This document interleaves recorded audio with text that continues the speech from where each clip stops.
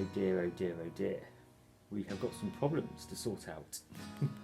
Just about to get this rat bike MOT'd, all booked in. Gave it a bit of a run up and down just to see what she was going like. She was idling fine and took her up the road and back. Didn't get more than a few hundred metres. Massive sort of, well, the engine just died. Back wheel locked up, skidded to a stop, and that was it. She was done and finished. So pushed her home, took a few minutes, and we just need to take a look. So I think it's got a few problems, and mainly I reckon the engine's probably done for. So I'm not exactly sure, but let me show you what I've done so far. So this is a Yamaha Virago 92. Doesn't look like it, but it is, trust me. Just got lots of Honda and Kawasaki bits on it, and homemade bits. Giving it a bit of a shakedown before its MOT, riding it along, and all of a sudden engine dies, back wheel locks up, skids to a stop. I'm fine. Got off the bike, put her in neutral, walked her home. After that, all I could get was a solenoid click, nothing else, and which is a bit unusual. You'd expect it to be trying to do something, but that solenoid click then turned into a rapid click, and then it was trying to turn the starter, but clearly the engine wasn't going to turn. So multiple issues. I think I had an electrical problem anyway. We shall see. I think this is a red herring, but you can see the positive terminal's gone. But it wasn't gone when I went to take the battery off. It was kind of bolted on there, but loose. And this top nut was loose as well. So that might have been contributing to the electrical problem I had, where it kept just cutting out and then restarting almost straight away. But this was different. Clearly there was a locking up. Homemade tool for the end of the crankcase cover.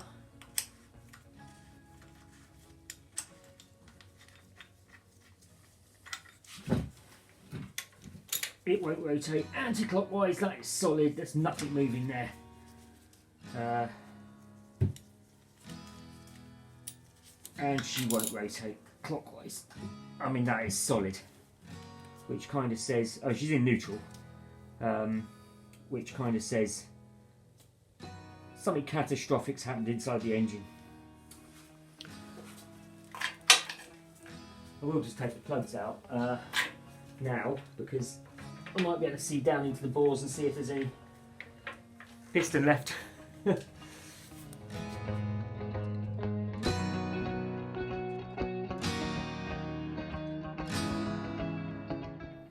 both fine, there's no sign of either of those getting smashed up or anything, so I imagine the pistons are okay. Well, all very weird because just poked a little poker down the bores and pistons still seem to be there. Can't see anything untoward. Nice and clean, in fact. So I'm a bit nervous that it might be big end bearing gone, possibly. May have dropped a cap or something like that. Even a rod, whatever, God knows. But that engine is going to need to come out and have a full strip down, I think, before we do anything else. It's not too badly damaged. Obviously I'll just be able to repair whatever needs repairing, put it back together, get it back in the bike. If it's too badly damaged, we'll just have to scrap it, sell the bits off and get another engine, I guess.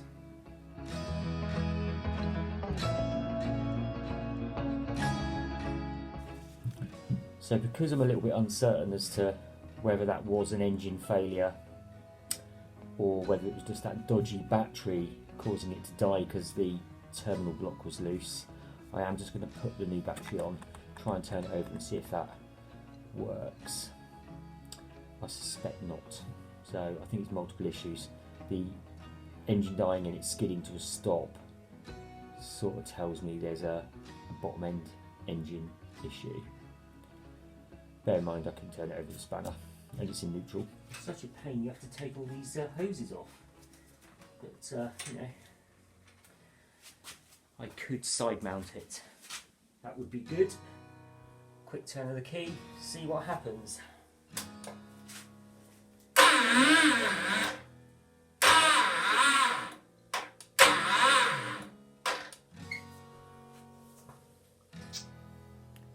Well, that sounded pretty poorly. I'm going to drain the oil first. Oddly, it's got a screw on the front of a nut. Well, the bolt, the drain plug.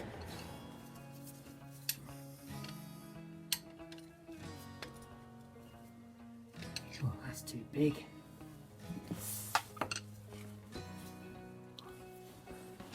Never normally get that complaint.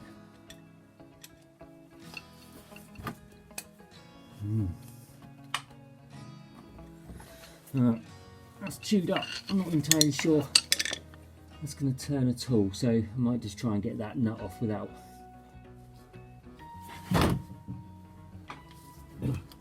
Oh my god. No, can't get in there with that either. So I'm going to have to take all this off first. It's got to come off anyway, so.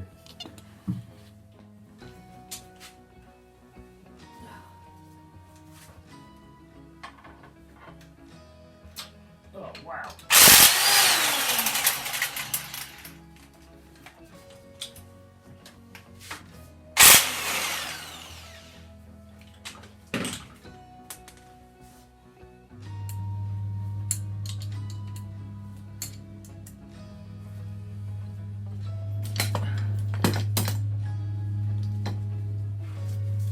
Right, now that had to come off anyway, but it was stopping me from getting to the oil drain plug properly, so I took it off first. Now I'm going to have a go at this.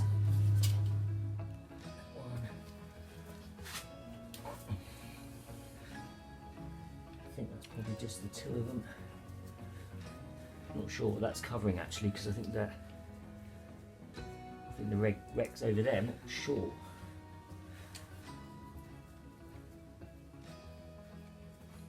Right, well, I created a bit of an oil slick there. I didn't realise taking that cover off would pour so much oil out on the floor, and quite a bit. I've managed. Oh, Jesus Christ! What is wrong with you?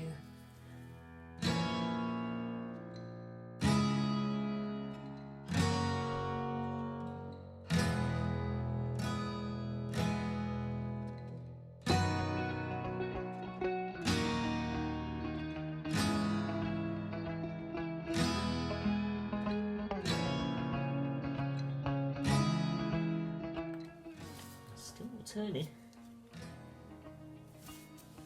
but at least it's not mullering any more than it was, so there you go.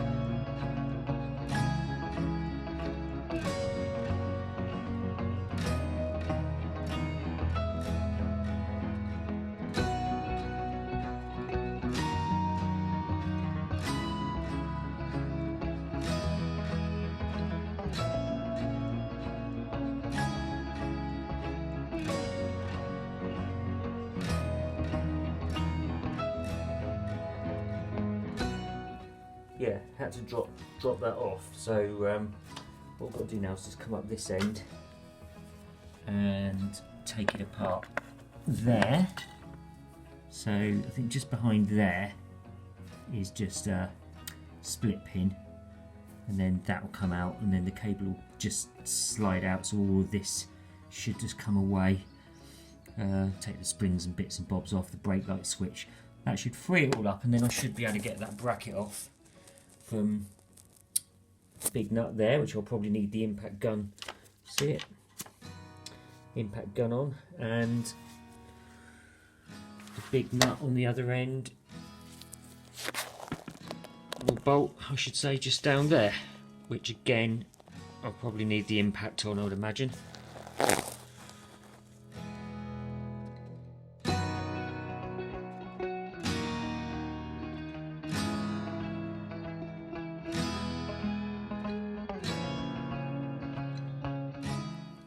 Just that pin down there, look, just can't get in there to snip it off or straighten it out to pull it out. Well, that was hard work. That's what's left of the pin. Had to saw it off in the end, so anyway, job done. Now I've got that pin out, I should just be able to disconnect all the cabling and whatnot. I can drive this pin out. Alright, came out easy. The cable should just, the block should just come out. Should do. Yeah, there you go. Got a few stuck bolt problems that the impact driver aren't dealing with, and I suspect that's just due to heavy corrosion. Let's go and have a look. This is the one I've got the issue with. So I think, and others doing similar engine strip downs of this particular bike might be able to tell me and confirm. I think this is a straight through bolt that is only threaded at the very end, which is why you've got a threaded portion there with the nut on the end, and that's the one you saw me spin off earlier with the impact driver. But this won't shift at all with the impact driver, so I can't get the right side bracket off, which is a bit of a problem. And I think it's probably easier to get it off in the bike whilst the engine is being held, even though I might have a bit more access when it's on the bench. And of course that bolt needs to come out so I can separate the halves, so that could be an issue.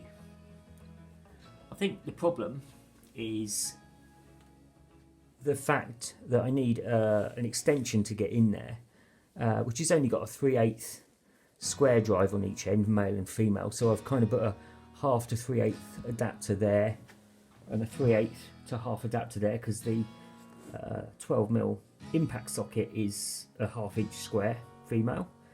But of course you just, it does so much, you lose a lot of torque in there. It's like trying to hammer a nail into a piece of wood whilst holding the wood in your hand instead of tying a vice. You just lose too much. So I've got a 1/2 inch square female male each end extension on order, and hopefully that will do it, because it just doesn't do any, it's just completely ineffective. This will either prove or disprove my theory that having the right extension with a 1/2 inch square on each end to take out all the slop is going to give me the right impact on the bolt that's stuck.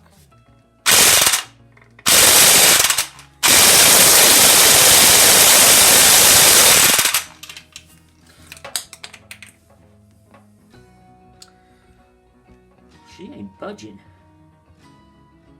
My thinking is that it is just so corroded that it just won't spin out. Might as well take the exhaust off while I'm doing this, because that will give me a bit more access, I think.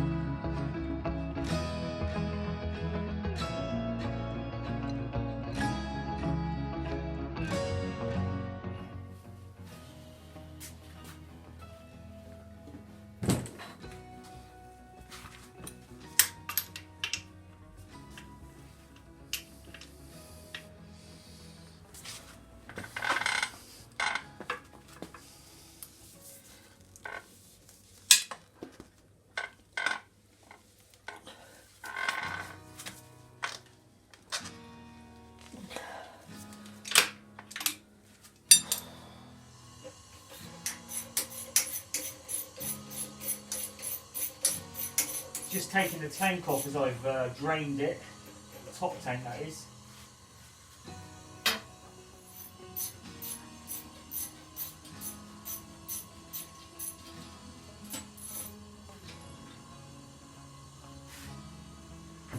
Oh,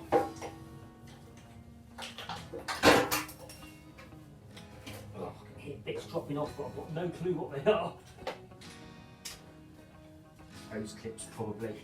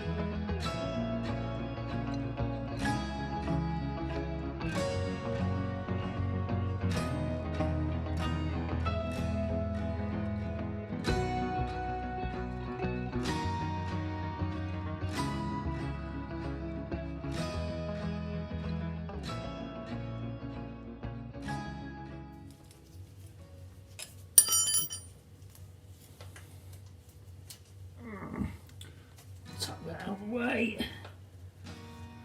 Okay, I think this cable goes round to the starter, so that's next.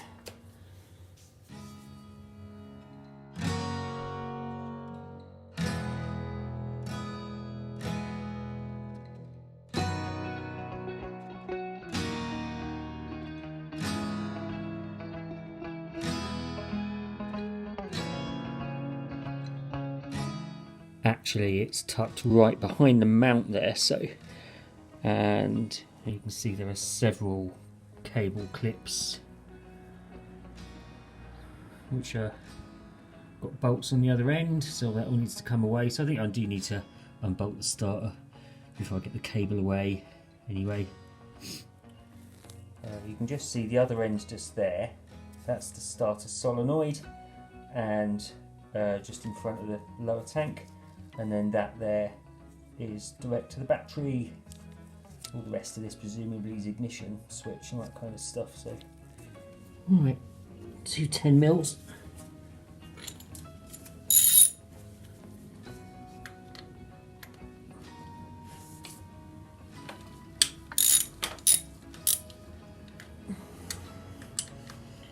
Oh, how can these be so easy and otherwise so stuck?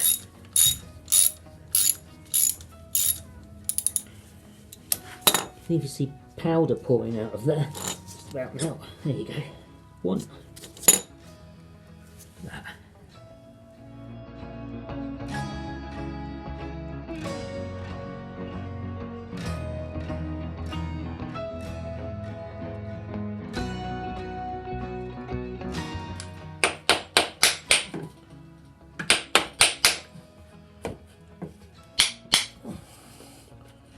Right, slight change of plan. That's very difficult to pull on. You just can't get a pull on anything. So I'm going to take the cover off on that side of the engine, which should just show me the other side of the spline that goes through to the starter clutch. And hopefully I can give it a bit of a push from that end as well. So that should help it along its way. So yeah, let's do that. We'll get to this in a minute. I'm kind of wondering, you know, if when I take that cover off, if I'm going to see maybe there's a starter clutch issue and that's the only thing that's locking it all up. You never know. Still got to disconnect all the electrics. I've still got to take the rear exhaust off, and as you can see I've removed all the wrap. It's got a very rough edge on it where I straight cut it. I have got a problem with this bolt still. Get some light on it will help. Now, I used a hex socket on the bottom one and it came out, well, it sheared off, so that's fine because I can just drill it out once I've got the engine out, because the exhaust is only going into the manifold onto the block, so I've only got to drill the bolt, the broken part of the bolt, through the manifold, which is just straight through, nice and easy. I still can't get my hex socket on there.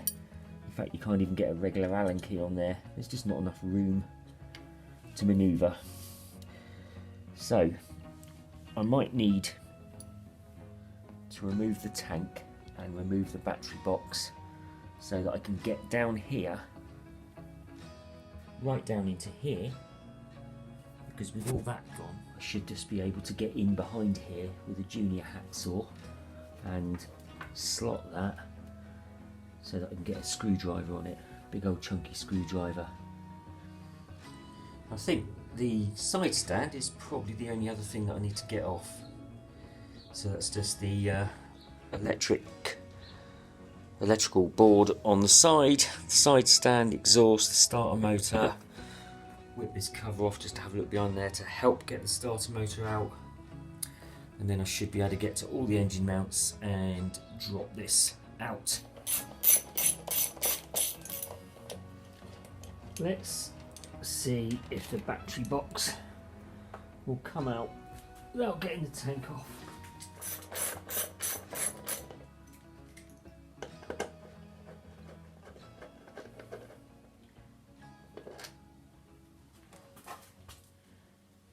Terrible light, really sorry. There's the box, should just lift up. Very tight, lots of cabling and all that kind of whatnot.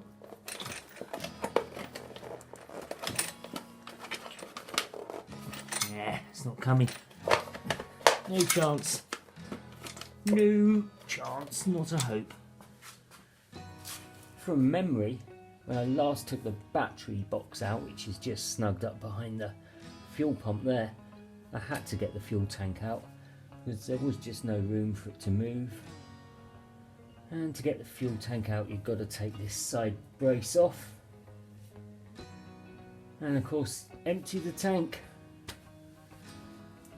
So I think I'm just going to try and persuade that battery box to exit the bike. Alright, an eighth of a turn at a time. Reposition.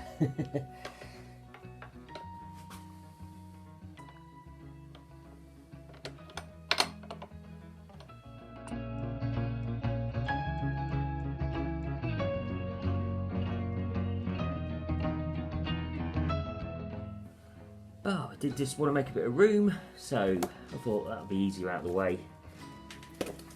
You can't really get your hand under it because, oh, hang on. Oh, she's coming.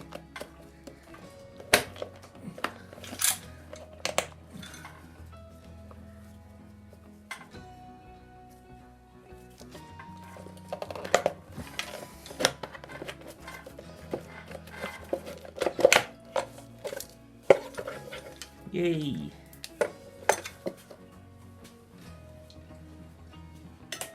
Something is definitely saying to me side-mounted battery box.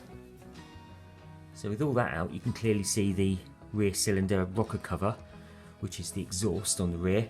Can you imagine how difficult it is to set the clearances on those tappets? And that's the bolt we're trying to get to, obviously.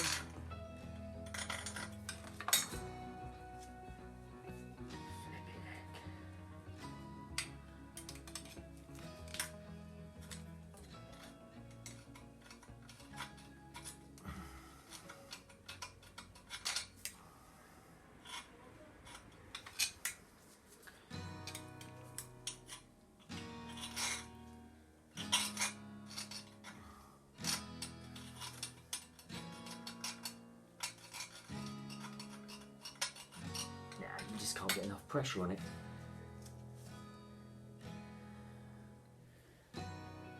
Okay, having balanced my nut on a magnetic strip to get it into the right position, I'm now going to attempt to shoot a load of welding and see if we can make ourselves a decent head.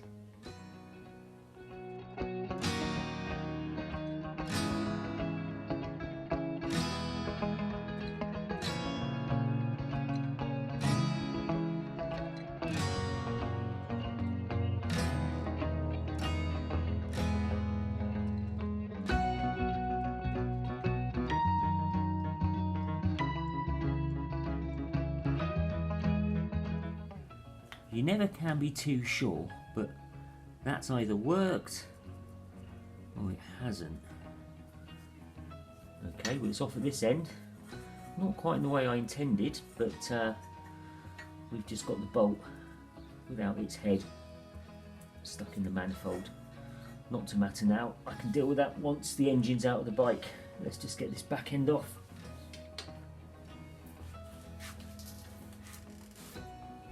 Oh, it wasn't even tight.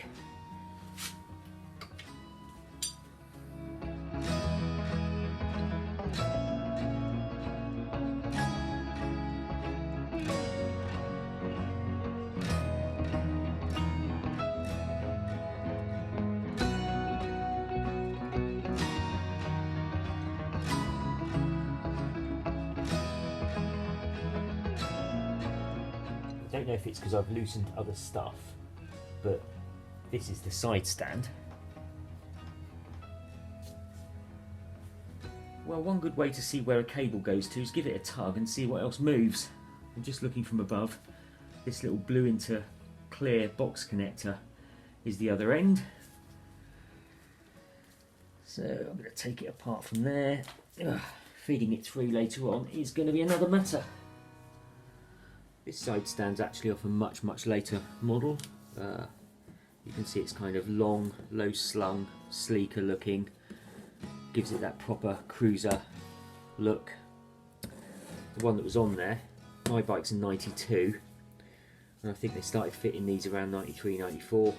Mine just had a sort of a short tube, probably about 3/4 the length of this, with just a sort of a plain foot on the bottom of it. So I swapped them over.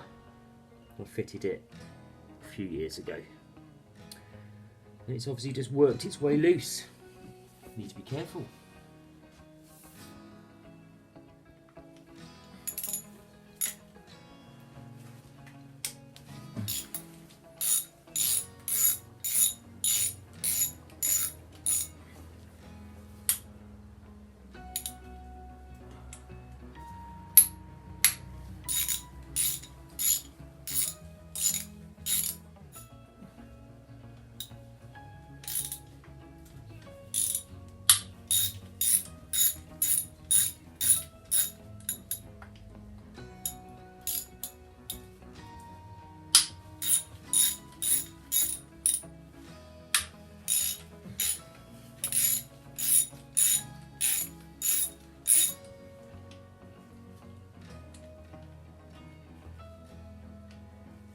This one there, look.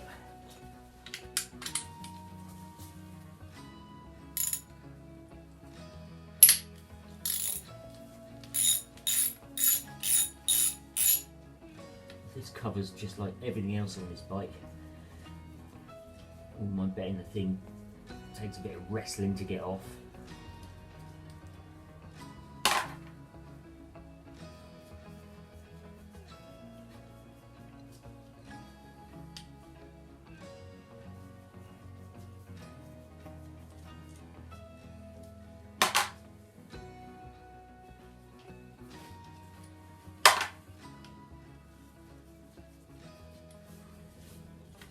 I think I missed the bolt right there. Look.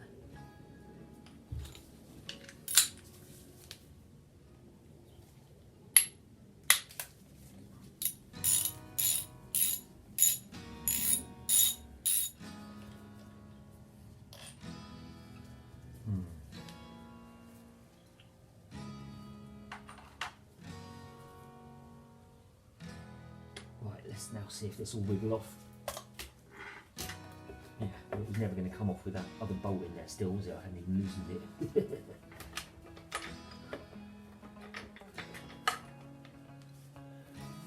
Right, we have got the stator cover off.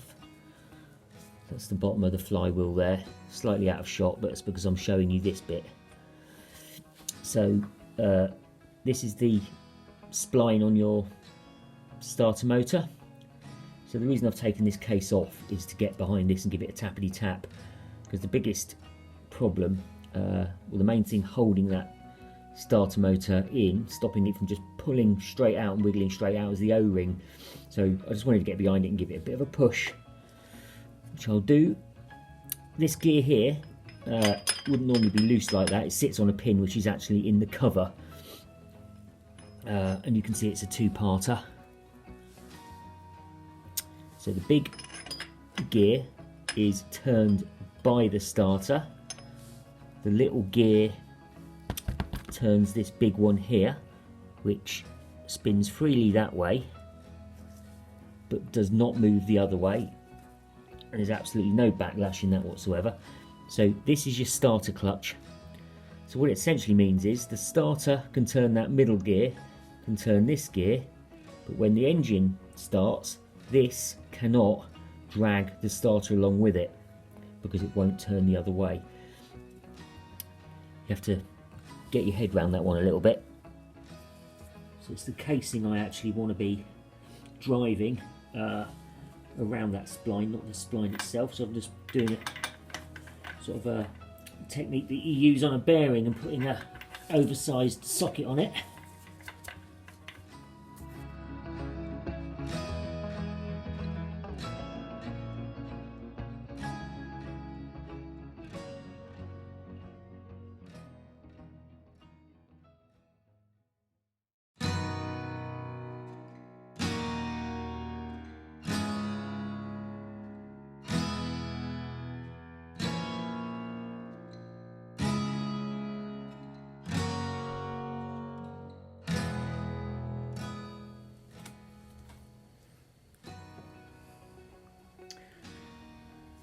That's what I was hitting with the socket, and it was just literally this O-ring that was kind of stopping it from slipping out really easily.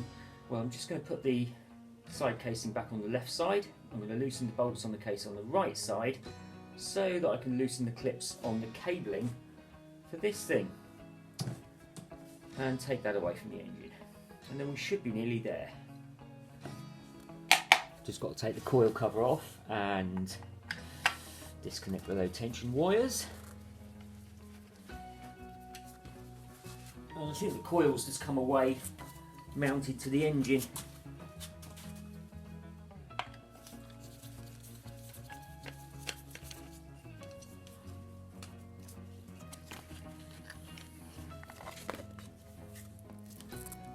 That's one.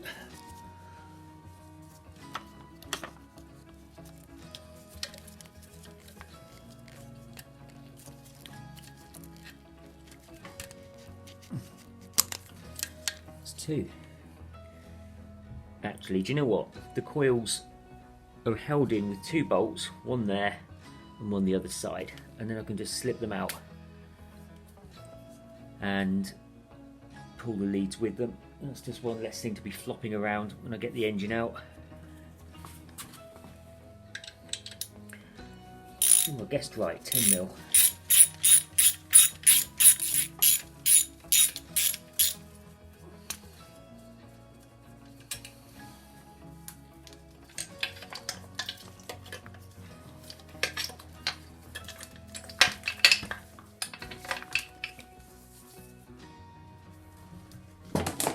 Starting to pile up now.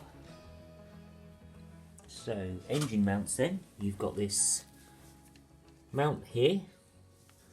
So the back of the engine actually sits on a rod that goes all the way through, and that also acts as the hanger for the bracket, for the pegs and all that kind of stuff. You've got a mount there and one on the other side, and then you've got the mounts, that one right there, and same the other side. So at the front you've got these two bolts here, and in fact they're nuts, and they're nuts on the other side as well, and the rod passes all the way through, and that's obviously all you've got at the front.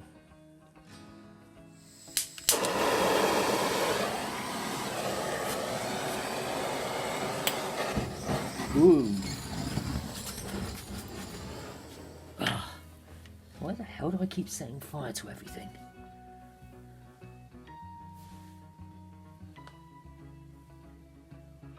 Yeah, covered in oil.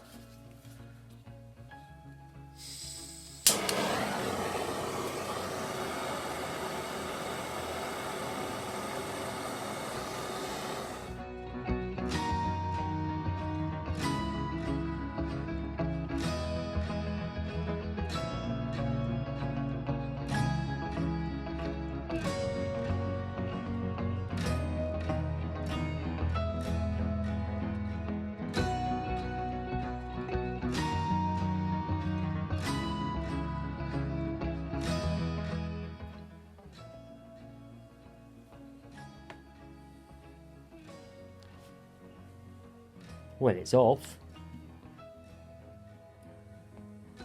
That bolt has got to come out. Anyway, cleaned off both benches, the CX650 engines under the bike, and all the ancillaries that I've taken off the Virago are under the bench. So I've got two clear benches. I'm going to put the Virago engine on this one, and as I take all of the engine apart, I'm going to stick all the bits over there neatly, and that will just help with the disassembly and inspection.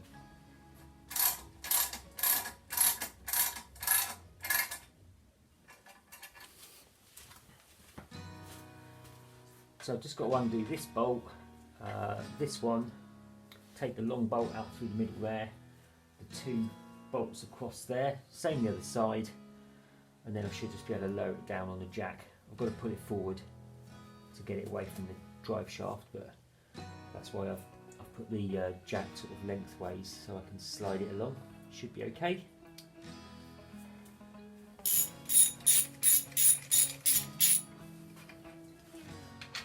I did already crack all these nuts off, all of them, just to make sure everything's okay.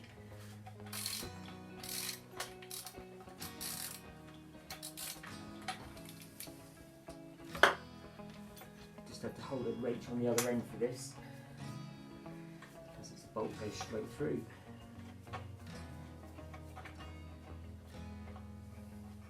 Okay, the bolt's coming away with the nut on it, so... Oh no, I tell a lie, that is just a bolt head. Alright, my mistake. I'll loosen the other one right off, but won't take it out until I'm ready. These bolts here I'm going to take out now because there's literally nothing. It's not holding anything, it's the jack and the remaining bolts that's holding it, so I've got to come out. So I've just spotted something I need to remove that I forgot about, which is this breather hose. I'll just unclip it.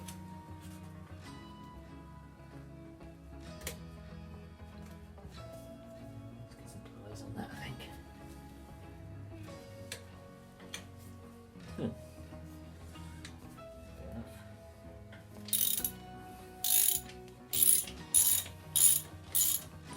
Pre-loosened, of course.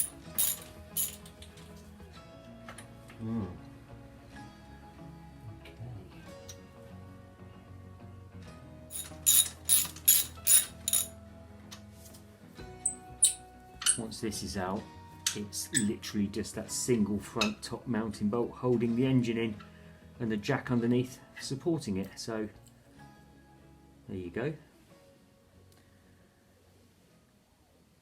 Oh no, I tell a lie. I've still got this bolt down here.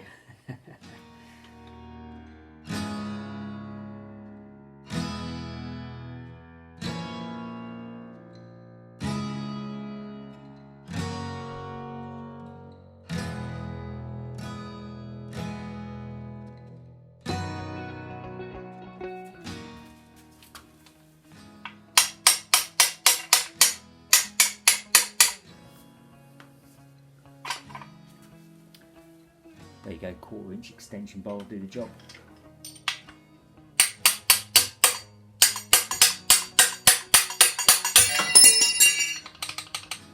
Oh right, okay, I think that's cool now. I'll jack it up a tiny bit, take the pressure off it. Okay, I've just pulled it out by hand and the engine dropped an inch or two. So that's it. It should be free and away from the bike now, just to lower down. I should probably do this the other side so I can keep an eye on that drive shaft.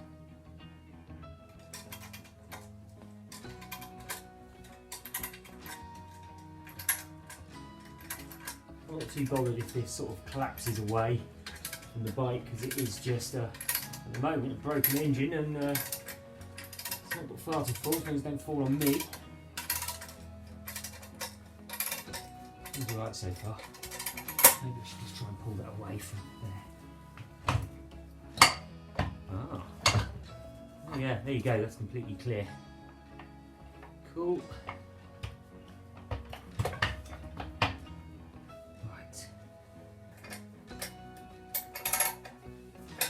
Lower it all the way.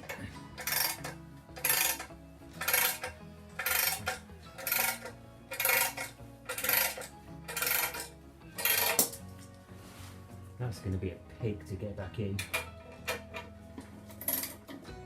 Right. Okay.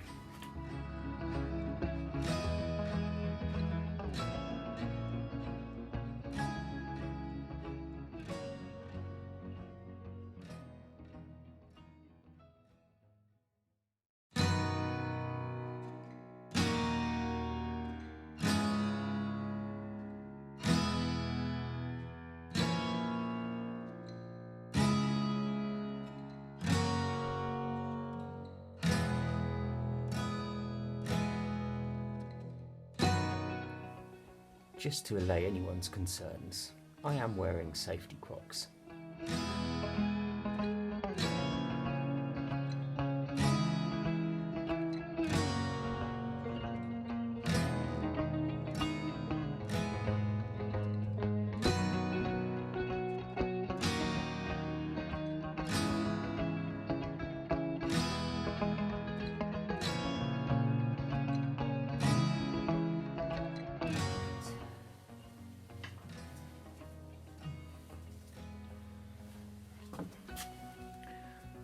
Bolt falling out somewhere.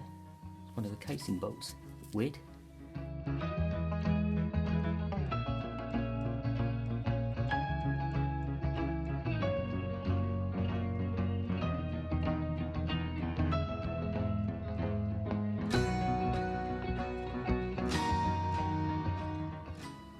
Bolt fell out. I think it's the starter motor mounting bolt, we shall see. Prop the engine up.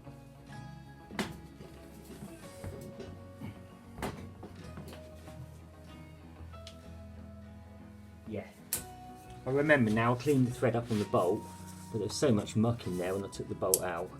It's just dragged it all out into the threads of the bolt hole, so the bolt wouldn't go back in properly, so I just left it in there loose. Obviously dropped out when I took the engine out. This is literally all of the mounting bolts hardware that keeps that engine in the frame.